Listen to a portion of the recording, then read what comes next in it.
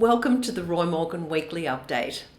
The full extent of the Albanese government re-election victory has become apparent over the last week, with the Labor Party winning over 90 seats and two party leaders losing their seats. That's the Liberal leader Peter Dutton and Greens leader Adam Bandt.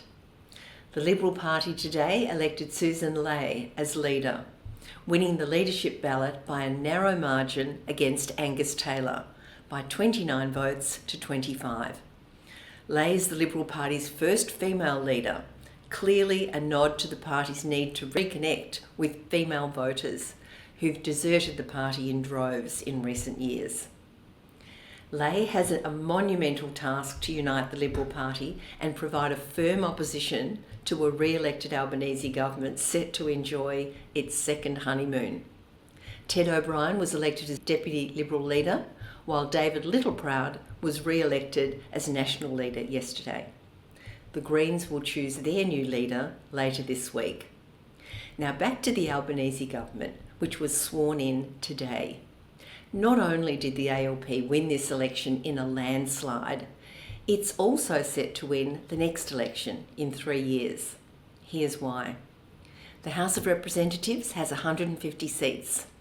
A party or a coalition needs 76 seats to govern in majority.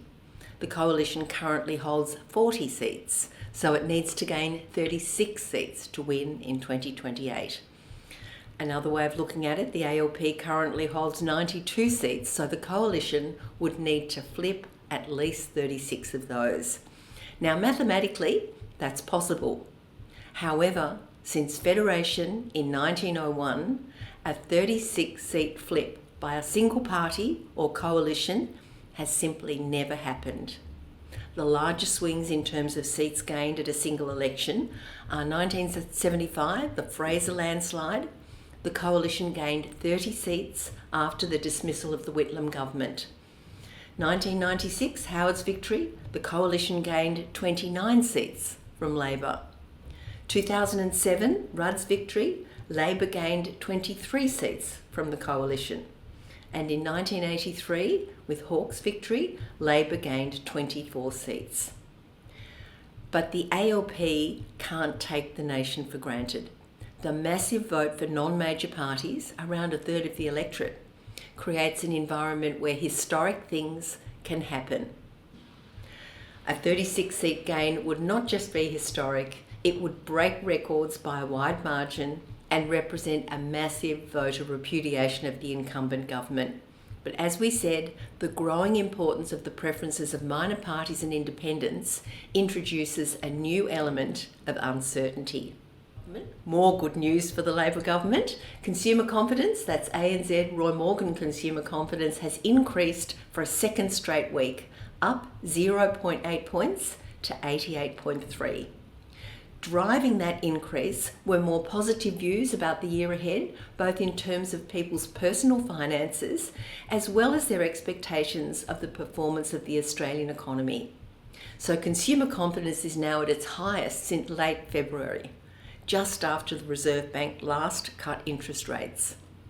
In further good news for the re-elected government, inflation expectations decreased 0.4% to 4.5% this week. So Australians now expect inflation of 4.5% over each of the next 2 years. Now, this is the lowest inflation expectations for 2 months since early March. Now to employment and unemployment, the measure that really matters, especially to those who are unemployed, and the measure which must be a priority for the re-elected Albanese government.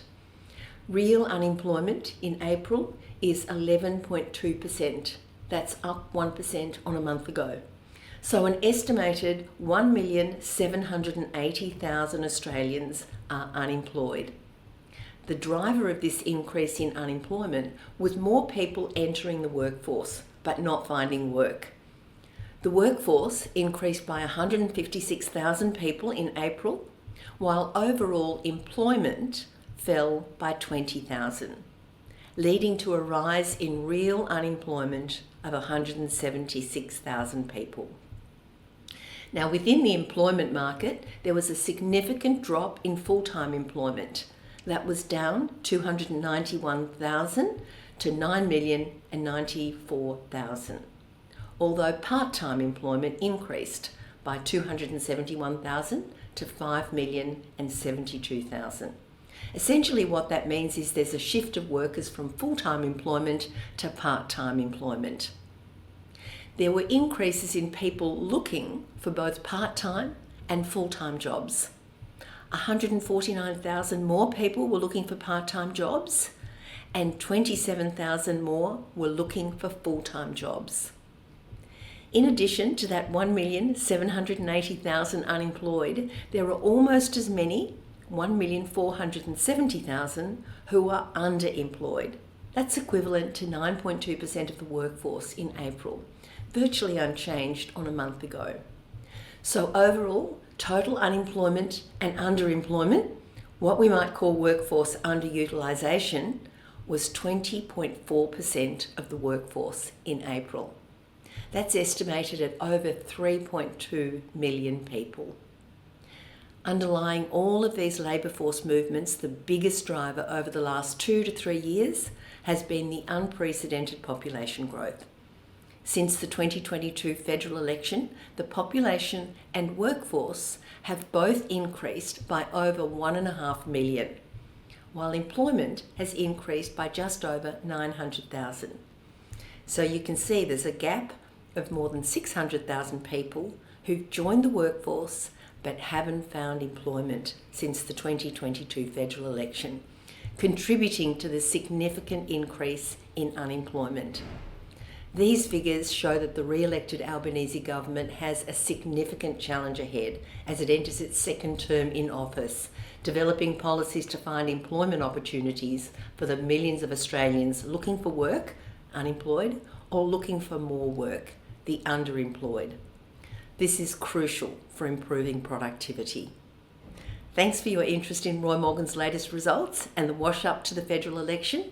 I'll be back next week to bring you the latest results for consumer confidence, inflation expectations, and the latest data from Roy Morgan surveys around Australia. Thanks for listening.